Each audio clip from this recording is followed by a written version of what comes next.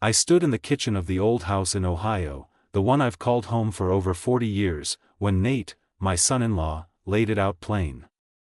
"This house is mine now, Harold," he said, his voice steady like he was reading from a script. "Real family is blood, and you're not. We'll get you a nice center to live in. Leave the keys on the counter when you go."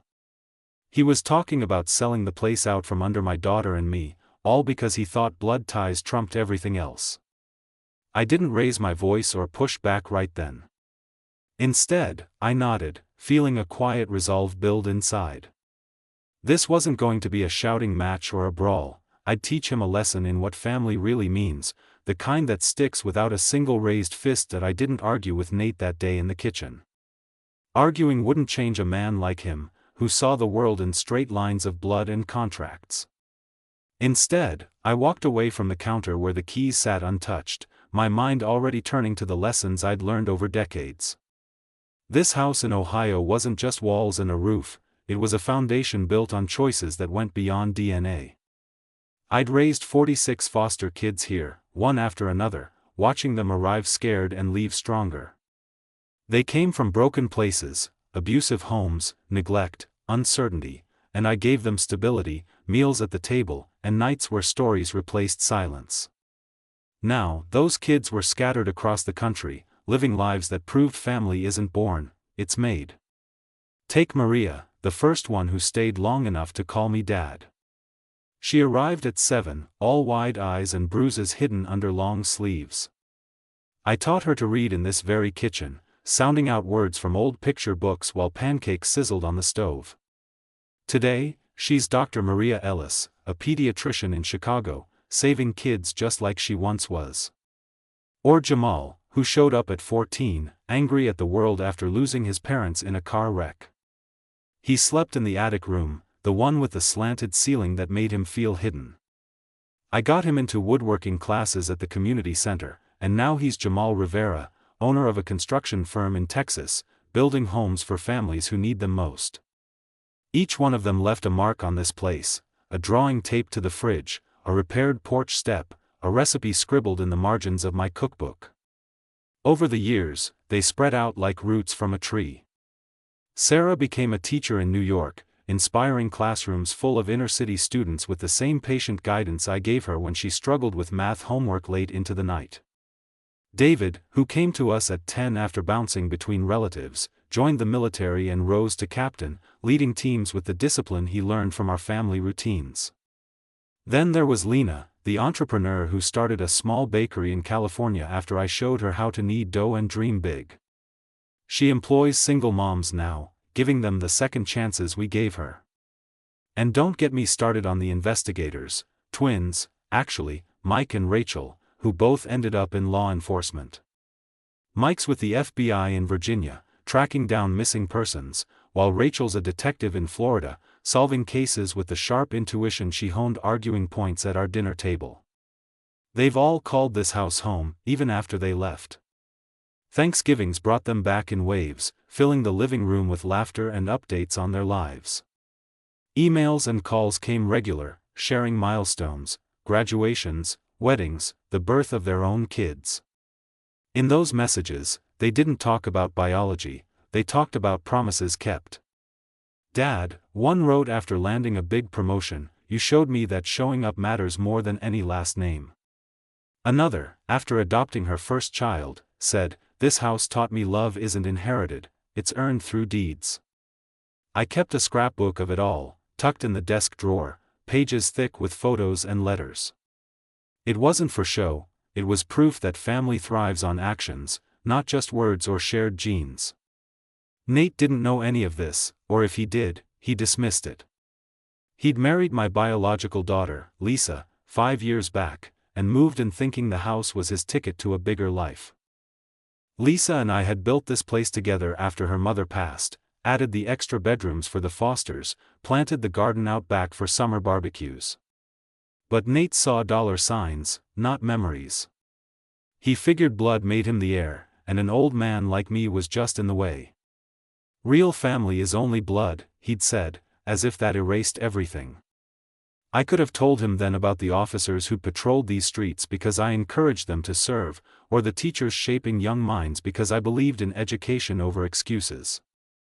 But words from me wouldn't land. He needed to see it, feel the weight of it. That night, after he left the kitchen with his declaration hanging in the air, I sat at the old oak table and made a list.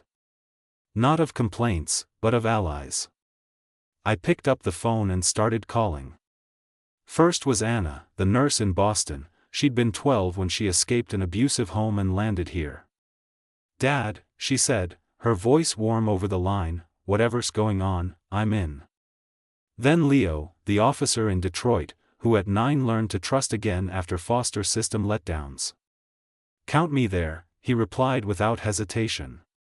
One by one, they answered, the doctors, the teachers, the entrepreneurs, the investigators.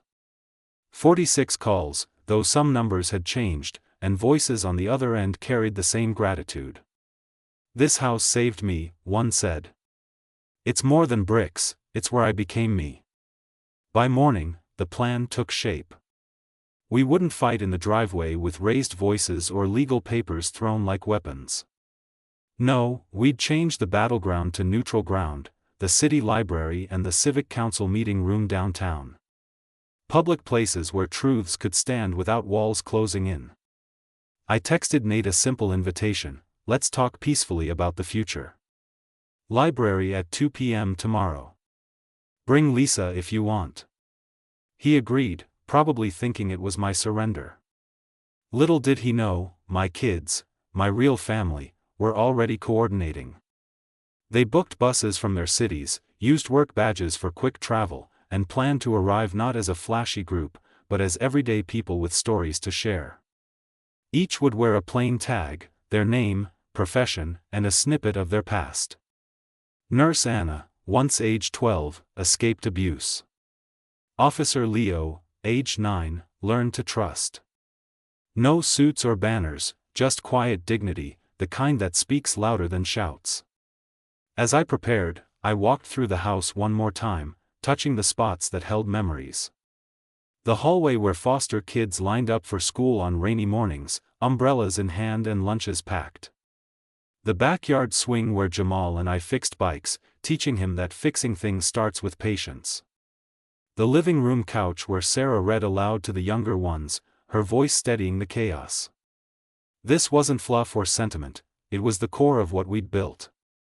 Nate wanted to sell by Monday, ship me off to some nice center. But he didn't understand that the house wasn't mine to give away, it belonged to all of us, tied by deeds that outlasted any deed on paper. The next day, I drove to the library in my old pickup, the one with the dent from a long-ago snowball fight with the kids. Nate was there early, pacing the steps with a folder under his arm, Lisa trailing behind looking uncomfortable. He nodded curtly as I approached. "Harold, good you're here. We can wrap this up quick." Inside, the meeting room was neutral, long tables, chairs in rows, a podium for speakers. A few locals milled about for the civic session, but my plan relied on timing. I shook his hand and sat, letting him start. He launched in, pulling out papers. "The house is equity for our future, Lisa and me. Blood family first." I listened, nodding, as the door opened and the first of them entered. Anna, in her scrubs, tag pinned to her collar.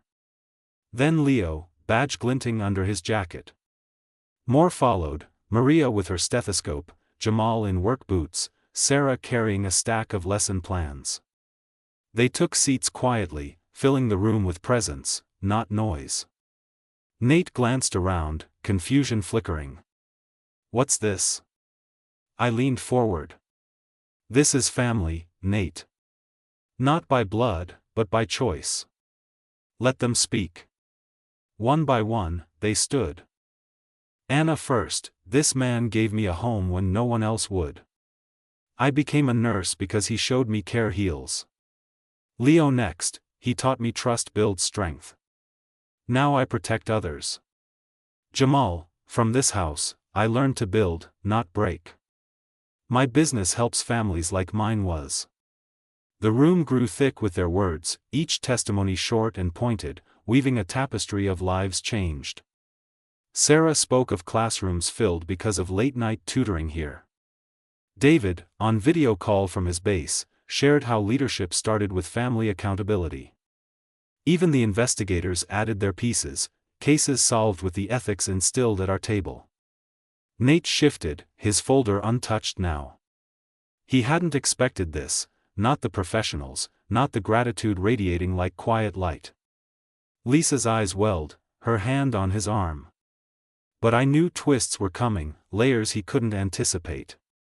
Emma, my attorney foster kid, waited in the wings with documents that would seal the house's fate, not for sale, but for legacy. As the testimonies filled the library meeting room, I watched Nate's face change from smug confidence to something unsettled, like a man realizing the ground under him wasn't as solid as he thought. The civic council members, a handful of locals who'd shown up for the afternoon session, leaned in from their seats at the back.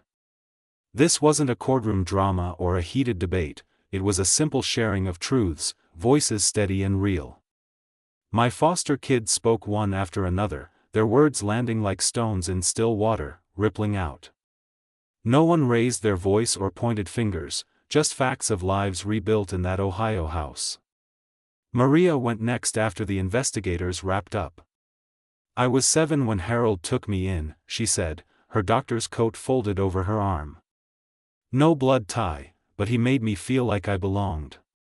He drove me to every appointment, helped with homework when I couldn't sleep from nightmares. Now, I treat kids in my clinic the same way, listening, believing they can heal. The room nodded along, even the council chair, an older woman with a notepad, jotted notes. Jamal followed, standing tall in his boots. This man taught me skills that turned into a business. We fixed things together, bikes, fences, dreams. Without that house, I'd be nowhere. It showed me family means lifting each other up. I sat there, hands folded on the table, letting their stories do the work. Nate kept glancing at Lisa, who sat beside him with her arms crossed, her expression a mix of pride and regret. He'd brought her into this thinking it was just paperwork, but now she saw the web of connections he'd ignored.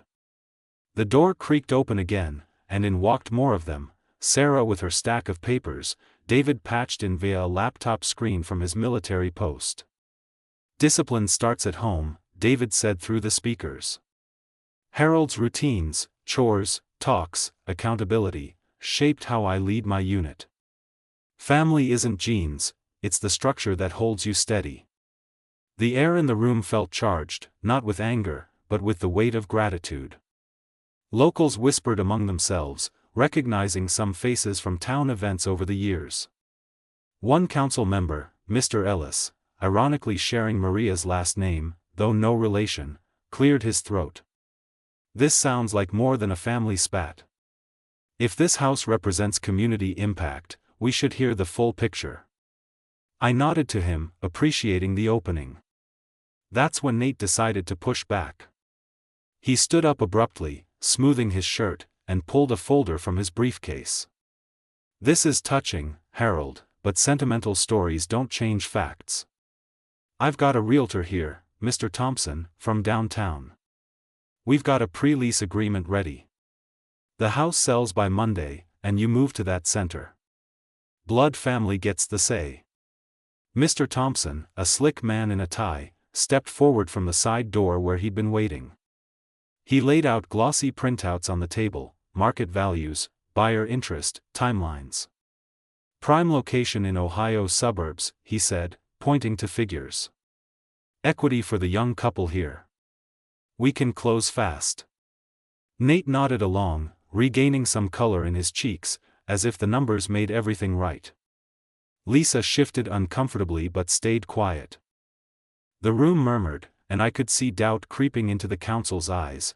After all, property rights seemed straightforward on paper. But that's where the first twist hit, quiet and precise, like a key turning in a lock. Emma, my foster daughter the attorney, had been sitting in the back row, unnoticed until now. She rose smoothly, her briefcase in hand, and approached the table. At 16, she'd come to us after a rough juvenile record, sharp-tongued and skeptical. I'd enrolled her in debate club, watched her channel that fire into law school. Now, she was Emma Grant, partner at a firm in Cleveland, specializing in family trusts and community assets. "Before we talk sales," she said, her voice calm and professional, "let's review the actual title." She slid a set of documents across to the realtor and Nate, copies for the counsel too. Nate snatched his copy, scanning it with a frown. "What's this? Some old will?" Emma shook her head. "No. This is a protective easement I filed last week, along with a community trust amendment. The house isn't free and clear for sale anymore." She explained it step by step, no jargon, just facts. Over the years, as the foster kids succeeded, we'd quietly set up a mentorship program through a local nonprofit. The house served as its base, hosting workshops, providing a safe space for teens in the system. I'd deeded a portion of the property to that trust years ago, with clauses that tied it to ongoing community use. Emma had updated it recently, after hearing whispers of Nate's plans from Lisa. Any attempt to sell by Monday, or ever, triggers a hold. The property reverts to the trust for foster support. It's legally bound now, unbreakable without court intervention that could take years. The realtor's face fell as he flipped through the pages, stamps from the county recorder glaring back. This changes everything. I didn't see this on the title search." Nate's mouth opened and closed, his pre-lease looking suddenly worthless. "You can't just, this is my wife's inheritance." Emma met his eyes evenly. "Inheritance doesn't override community commitments. Harold built this with everyone in mind. The kids here? They're the proof." The council murmured approval, Mr. Ellis calling for a recess to review. My other fosters nodded, their tags catching the light, reminders of journeys that started in that house. Nate slumped back into his chair, the wind knocked out of him. Lisa finally spoke, her voice soft. "Nate, I told you about the trust. Why didn't you listen?" He rubbed his temples, avoiding her gaze. The room settled into a hush, the weight of the easement sinking in. But I knew this was just the first layer. More was coming, truths that would peel back his assumptions even further. As the council reconvened, another figure entered from the hallway, a woman in her 60s, dressed simply, carrying a worn envelope. Nate's former teacher, Mrs. Hargrove, who'd retired from the local high school. She approached the podium, her steps measured. "Mr. Chairman," she began, "I'm here because this matter touches lives beyond this room." Nate straightened, surprise flashing across his face. "Mrs. Hargrove? What are you?" She held up a hand gently. "Years ago, Nate, you were one of my students. Bright, but struggling after your family's setbacks.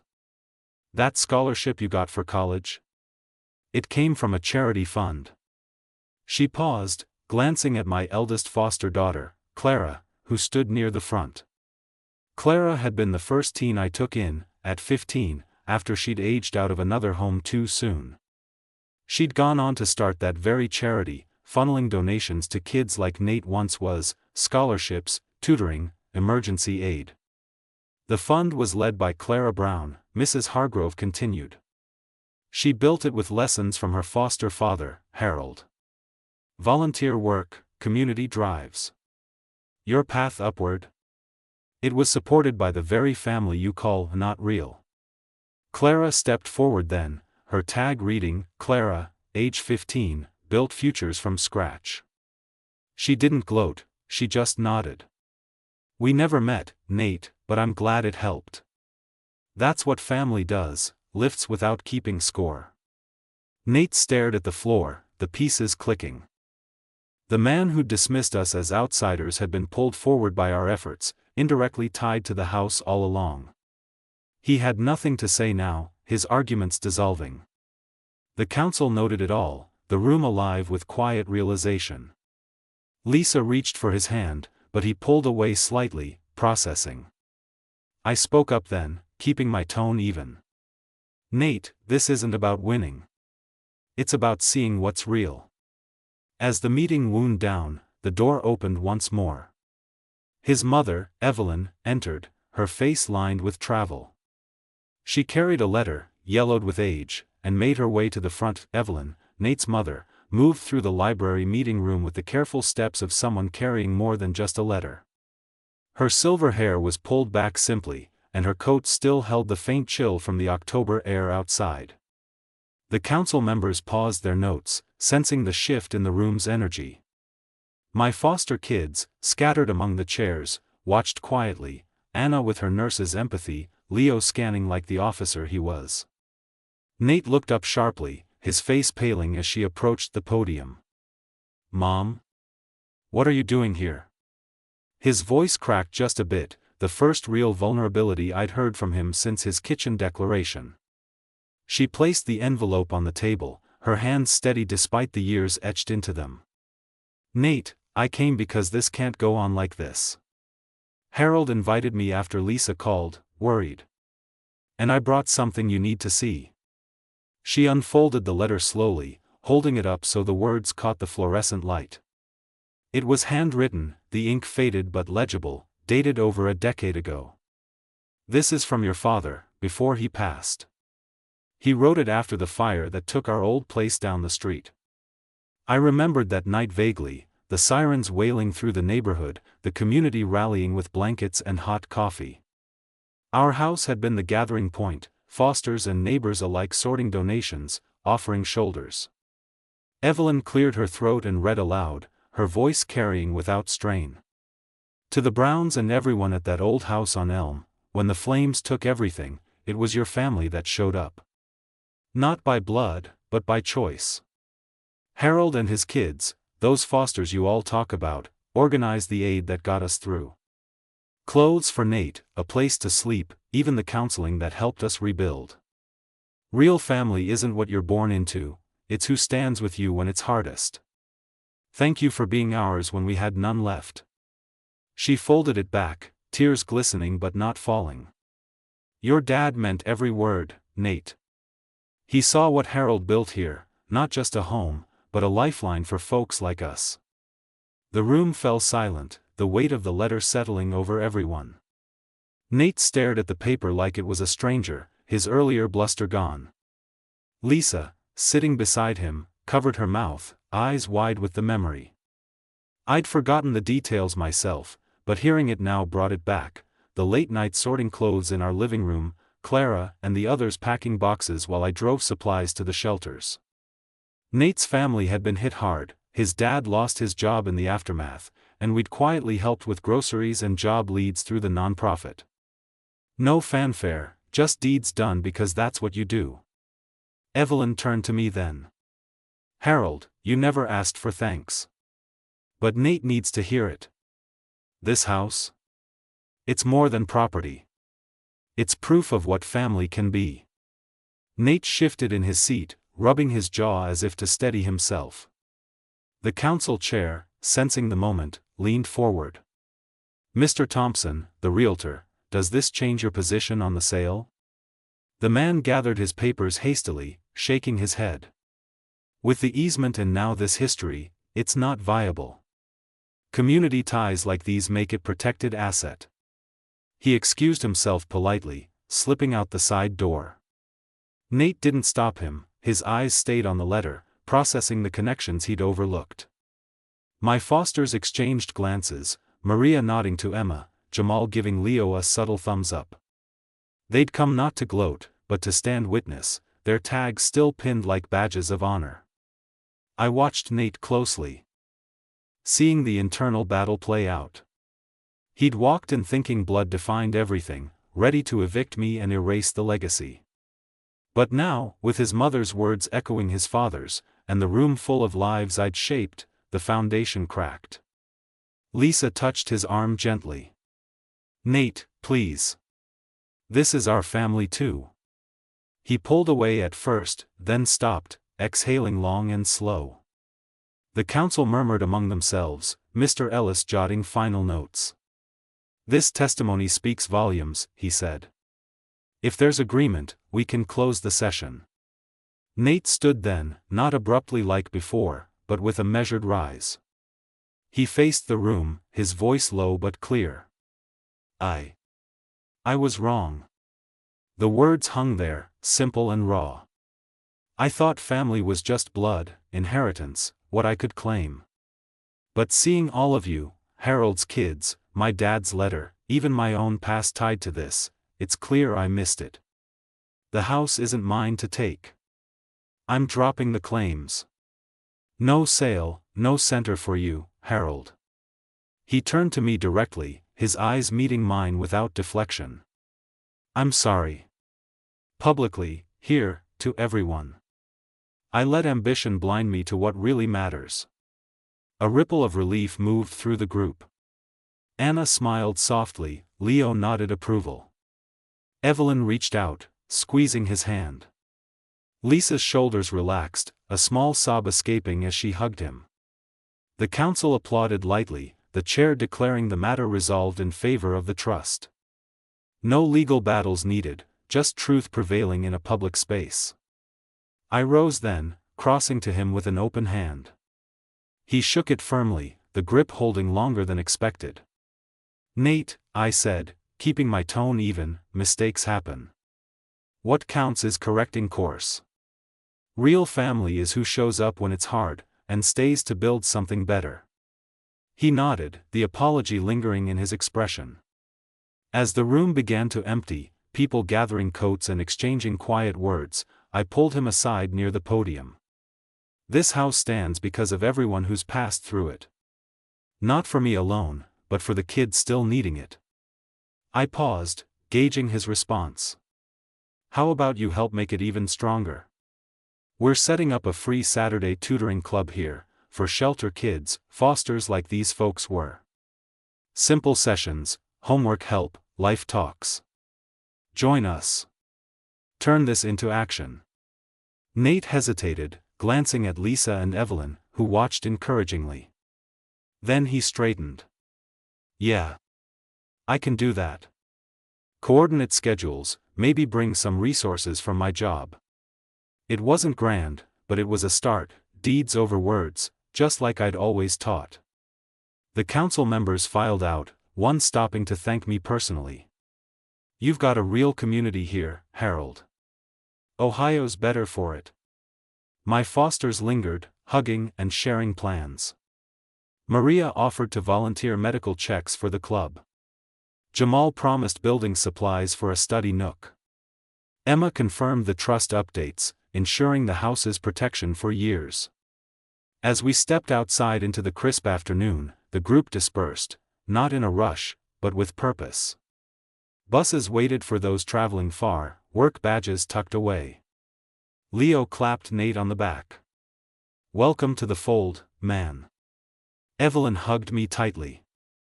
Thank you for giving him a chance. Lisa linked arms with Nate, the two of them walking toward their car, conversation starting soft. I stood on the library steps, watching the old Ohio town hum around us, leaves turning, life moving forward. The house on Elm waited, not as a prize to claim, but a place to serve. That evening, back home, I unlocked the door with the keys Nate had once demanded. The kitchen felt the same, but lighter now. I pulled out the scrapbook, adding a new page, notes from the meeting, a photo snapped by Sarah of the group. Calls came in, thanks from the kids, updates on their drives home. Nate texted later, first tutoring session, I'm in. What time? I smiled, replying with details. This was family, not perfect, but persistent. Blood might start ties, but choices wove them strong. And in this house, we'd keep weaving. The tutoring club kicked off the next Saturday, simple as promised. Nate arrived early, setting up tables in the living room with books and snacks. A dozen shelter kids filtered in. Wary at first, but warming to the routine. I guided the intros, while he handled a group on resume basics, skills from his office world adapted for young lives. Emma dropped by with legal aid flyers, Anna brought health kits. By noon, laughter mixed with questions, the house alive again. Nate caught my eye during a break. "This feels right, Harold. Thanks for the invite." I nodded. "Deeds, not words. You're learning." Over weeks, it grew. More volunteers, partnerships with the library. The council even spotlighted it in the town newsletter, crediting the Brown family legacy. Nate and Lisa attended dinners now, not as claimants, but contributors. Evelyn joined sometimes, sharing stories from the letter. My Fosters checked in virtually, proud of the ripple. No one forgot the library day, but it became a turning point, not a scar. The house stood secure, easement holding, trust thriving. I'd taught my lesson, not with force, but with presence. And in return, Nate became part of it, proving family expands when you let it. The first Saturday tutoring session came and went without fanfare, but it marked a shift I hadn't expected so soon. I woke early that morning, the Ohio sun filtering through the kitchen curtains, and started brewing coffee in the old percolator. The house smelled of fresh grounds and the faint polish from when I'd wiped down the tables the night before. Nate arrived right on time, pulling up in his sedan with a box of supplies from his office, notebooks, pens, even a few laptops on loan. He carried them in without a word of complaint, setting them on the dining table. "Figured these could help with online research," he said, unpacking methodically. I nodded, appreciating the gesture. It was his first real step into deeds, not just apologies. Lisa came with him, helping arrange chairs in the living room. She'd been quiet since the library, but her eyes held a new steadiness. "The kids are excited," she told me as we pushed furniture aside. Word spread at the shelter. By 10 a.m., the first group arrived, 12 teens from local shelters and foster placements, ages ranging from 13 to 17. They trickled in through the front door, backpacks slung over shoulders, expressions a mix of curiosity and caution. I greeted them at the threshold, shaking hands or offering nods. "Welcome to the house on Elm. Grab a seat, and we'll get started." Nate took charge of one group, focusing on practical skills. He had them at the table, explaining resumes in simple terms. "It's not about fancy words," he said, scribbling examples on a whiteboard we'd borrowed from the library. "List what you've done, volunteered, helped at home, any job. It shows reliability." One boy, about 15 with a fresh haircut, raised his hand. "Like if I fixed bikes for neighbors?" Nate leaned in. "Exactly. That's initiative. Builds a story employers want." I watched from across the room, where I'd gathered a smaller circle for homework help. They spread books on the coffee table, math problems, essays, history timelines. No pressure, just guidance. A girl named Tia, 16 and new to the area, struggled with algebra. I sat beside her, breaking it down step by step. "See? It's patterns, like steps in a recipe." The morning flowed easily, broken only by snacks, sandwiches Lisa prepared and fruit from the garden. Conversations wove between lessons. One kid shared about wanting to be a mechanic, another dreamed of college for art. Nate joined in, asking questions without dominating. By noon, as they packed up, thanks came freely. "This place feels safe," Tia said on her way out. Nate helped load the laptops back into his car, then turned to me. "Not bad for a start. When's the next one?" I smiled. "Same time next week. Spread the word if you know folks." He agreed, and as they drove off, the house settled into quiet, but fuller somehow. Word grew quickly after that first session. Evelyn, Nate's mother, showed up the following Saturday, bringing homemade cookies and stories from her teaching days. She'd retired from the elementary school across town, but her experience fit right in. She took a group in the backyard, under the old oak tree, talking about reading comprehension. "Books aren't just words," she told them, passing around a worn copy of a classic. "They're doors to other lives. Find one that clicks. The kids listened, sprawled on blankets, munching treats. Nate worked inside with me that day, handling a session on goal setting. He drew from his own path, high school struggles, the scholarship that changed everything. Set small targets first, he advised a skeptical teen. Like applying to one program. Momentum builds from there. My foster kid started pitching in too, even from afar. Maria called midweek, offering to video in for health talks. I can cover basics, nutrition, stress management. Good for these ages. We scheduled her for the third session. Jamal sent a package, toolkits for a hands-on project, turning part of the basement into a mini workshop. Teach M to build birdhouses or shelves, his note read. Hands on sticks. Leo, the officer, dropped by unannounced one evening, badge off duty. Heard about the club. I can do a talk on safety, community service. He stayed for dinner, sharing laughs with Nate over old neighborhood tales. Emma handled the logistics, updating the trust to include the tutoring as an official program. Tax benefits, grants, it's sustainable now, she explained over coffee. By the fourth Saturday, the group had doubled to 25. The house buzzed, kids in every room, voices overlapping with questions and breakthroughs. Nate arrived with flyers he'd printed at work, advertising the club to local businesses for donations. Got pencils and erasers covered, he said proudly. Lisa organized a craft corner, where younger ones drew future plans. Evelyn read aloud to a cluster, her voice carrying tales of perseverance. I moved between groups, facilitating, but the real magic was in the connections forming.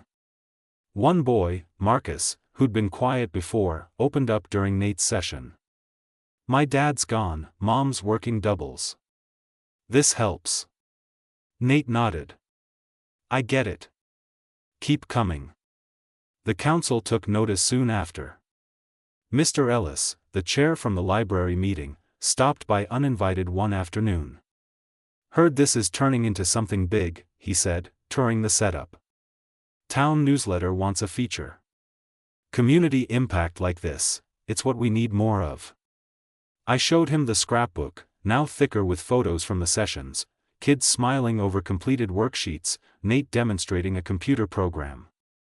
He left with promises of support, perhaps a small grant for supplies. Word reached the local paper too, a short article praising the Brown Legacy Club for bridging gaps in foster care. Nate's involvement deepened week by week. He started staying late, helping clean up, then lingering for talks. One evening, after the kids left, he and I sat on the porch with iced tea. Harold, that letter from Dad, it's been on my mind. He paused, staring at the streetlights flickering on. I thought pushing for the house would secure us, Lisa and me. But it was selfish. Seeing these kids now, it's like looking back at myself. I listened, letting him fill the silence. The scholarship, your family's charity, it gave me a shot. I owe this place more than I realized. I clapped his shoulder. Owing's fine if it turns to giving. You're doing that. Lisa noticed the change too. She confided in me during a quiet moment in the kitchen. He's different, Dad. Talking about future plans that include volunteering, not just climbing ladders. Their marriage seemed steadier, the library tension a fading memory. Evelyn became a regular, often bringing her old lesson plans. This reminds me of the good days, she'd say, organizing games. My fosters checked in constantly, Sarah sending reading lists from New York, David mailing motivational posters from his base. Clara, the charity founder, even linked us to national networks for foster resources. Challenges arose, of course. Not every session ran smooth. One week, rain kept numbers low, and a teen lashed out over a tough assignment. Nate handled it calmly, drawing from his own past. Frustration's normal. Step back, try again. I backed him up, turning it into a group discussion on resilience. Another time, supplies ran short, but Jamal's toolkit saved the day with a building project that engaged everyone. The house adapted, extra tables in the dining room, sessions spilling to the yard on warm days. The easement Emma filed held firm, shielding it all from any resale whispers. Months in, the club hit a milestone, 20 steady participants, with waitlists forming. We celebrated simply, a pizza night, certificates for attendance. Nate spoke briefly, no speeches, just thanks. This started rough for me, but it's become real. Proud to be part of it. The kids cheered, Evelyn beaming from the side. Lisa hugged me tight. You taught us all, Dad. As they left, the house quieted, but the energy lingered. I walked the rooms, touching familiar spots, the table scarred from years of meals, the stairs creaking under countless steps. Looking back, that kitchen confrontation felt distant, a catalyst rather than an end. Nate had learned, as I'd hoped, that family expands through actions. The tutoring club wasn't just a fix, it was the continuation, weaving new threads into the legacy. Calls from my fosters poured in post-celebration, heard it went great. Plans brewed for expansions, online sessions, partnerships. Nate texted ideas, guest speakers from my network? I replied yes. In this Ohio home, built on choices, we'd keep going, showing up, every Saturday, for those who needed it most. As the tutoring club settled into its rhythm, I found myself adjusting to the new normal in the house on Elm. Morning started with checklists, supplies inventoried, schedules confirmed, while evenings brought reflections over a solitary cup of tea. Nate's transformation held steady, he no longer saw the place as equity but as a hub. One crisp November morning, he arrived earlier than usual, arms loaded with a projector borrowed from his office. Thought we could add presentations, he explained, setting it up in the living room. Kids can share projects, build confidence. I agreed, watching him test the chords with focus.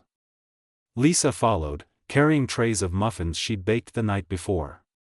Fuel for the brain, she said with a smile, arranging them on the counter. That session drew a full house, 25 teens, plus a few new faces from a nearby group home. The rain pattered against the windows, but inside, energy built.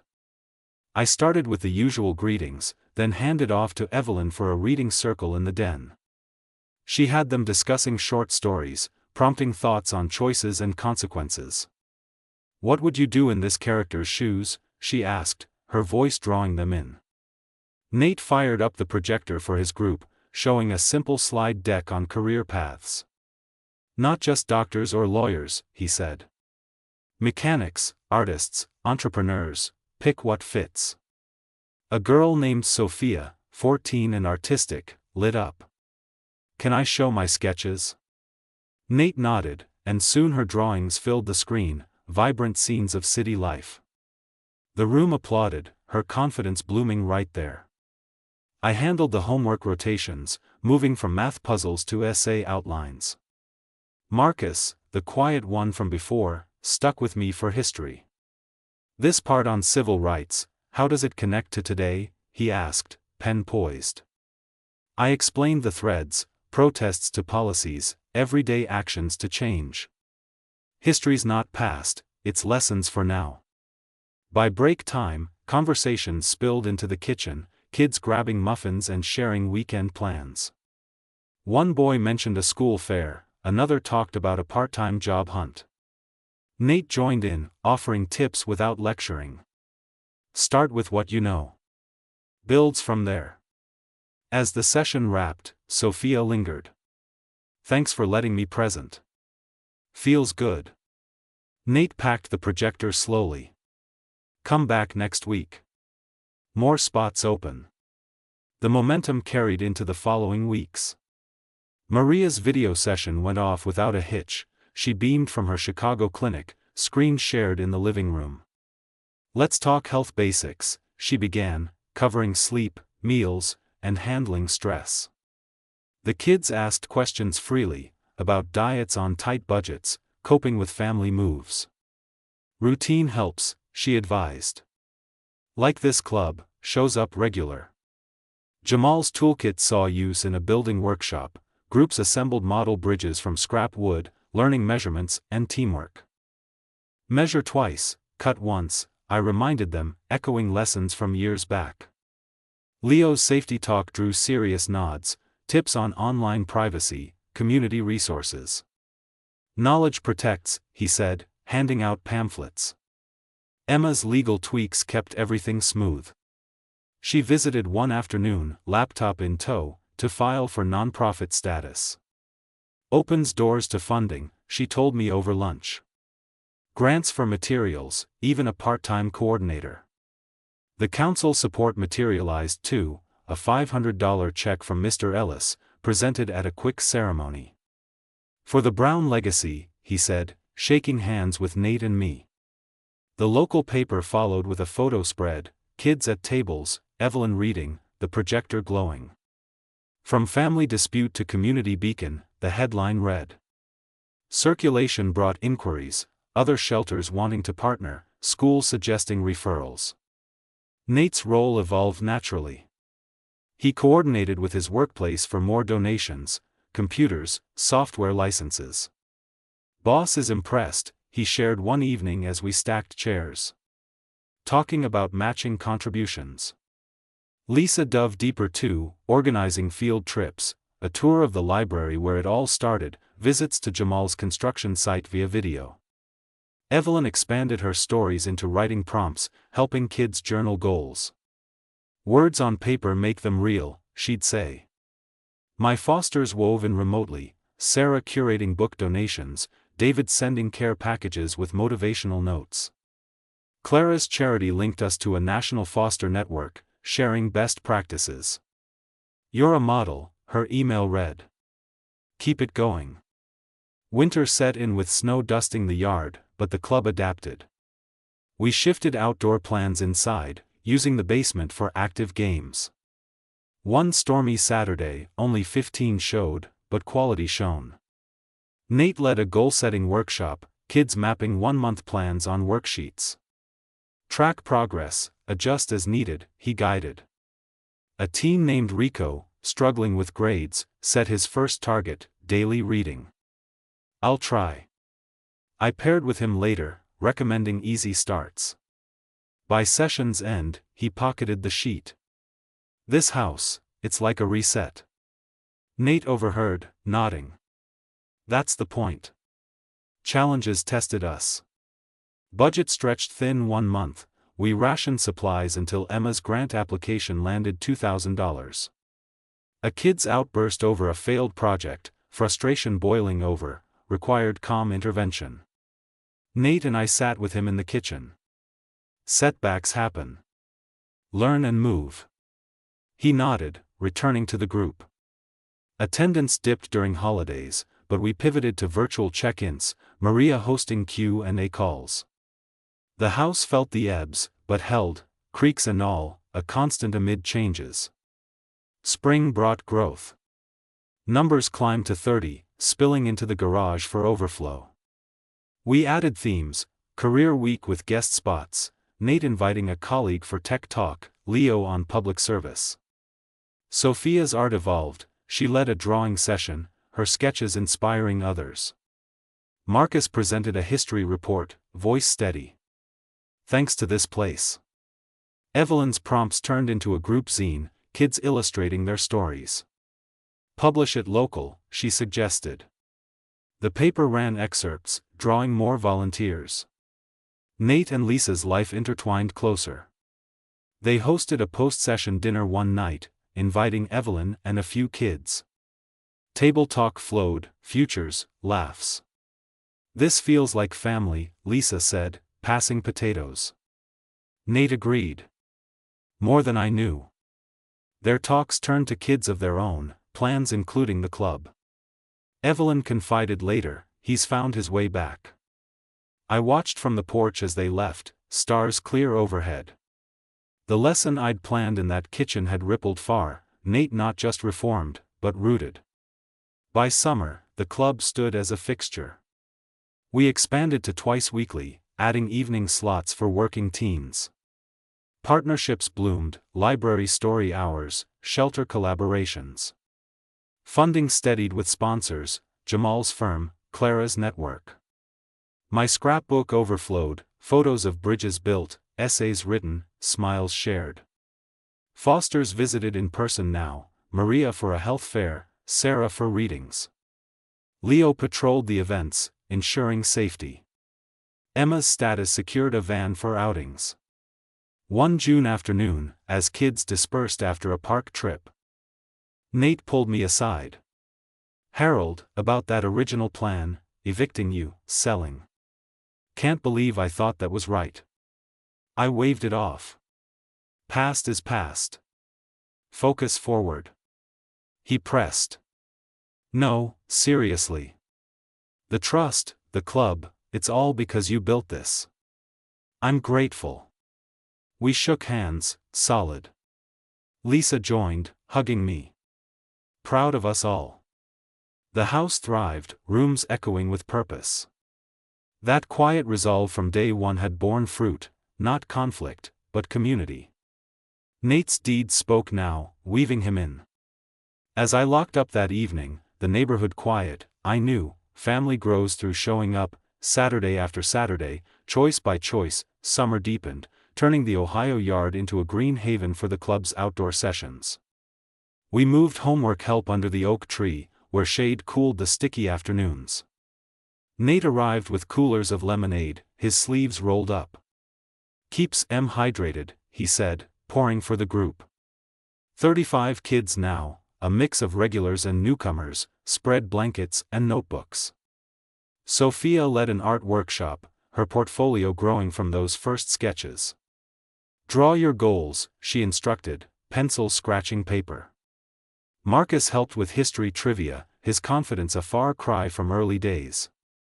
I circulated, answering questions on science projects or life advice. One new teen, Jamal Jr., named after my foster son, asked about foster systems. "It's tough, but places like this bridge gaps." Nate joined, sharing his scholarship story. Opportunities come from community, not just chance. Evelyn read poems under the tree, her voice weaving inspiration. Lisa organized games, laughter breaking the study hum. By August, we'd hit 50 participants, the house bursting. Emma secured a grant for expansions, a community room addition, funded by town donors. Ground broke that month, workers from Jamal's firm leading the charge. "Fitting," Nate commented, watching the progress. "Building on what you started." We held sessions on the porch during construction, adapting seamlessly. Challenges lingered, a teen's family crisis pulled numbers down temporarily. Nate and I visited the shelter, offering support. "We're here," he told the coordinator. Virtual sessions with Maria filled gaps, her tips on resilience key. Attendance rebounded, stronger. Fall brought milestones. The addition opened with a ribbon cutting, Mr. Ellis presiding, paper coverage wide. My fosters gathered, Maria, Leo, Sarah in person, others via video. Nate spoke briefly, "From misunderstanding to partnership, this is family." Kids presented projects, Sophia's mural, Marcus's essay on legacy. Evelyn distributed the zine, now annual. Nate and Lisa announced their pregnancy that night, over cake. "A new chapter," she said, hand on her belly. The group cheered, Evelyn hugging them tight. I raised a glass. To showing up. As leaves turned, the club stabilized, volunteers trained, schedules set. Nate coordinated full-time, his job flexing around it. My scrapbook closed the year, photos, letters, proof of ripples. The kitchen declaration felt ancient, deeds had rewritten it. This house, tied by trust and choice, stood as testament, family forged in actions, enduring.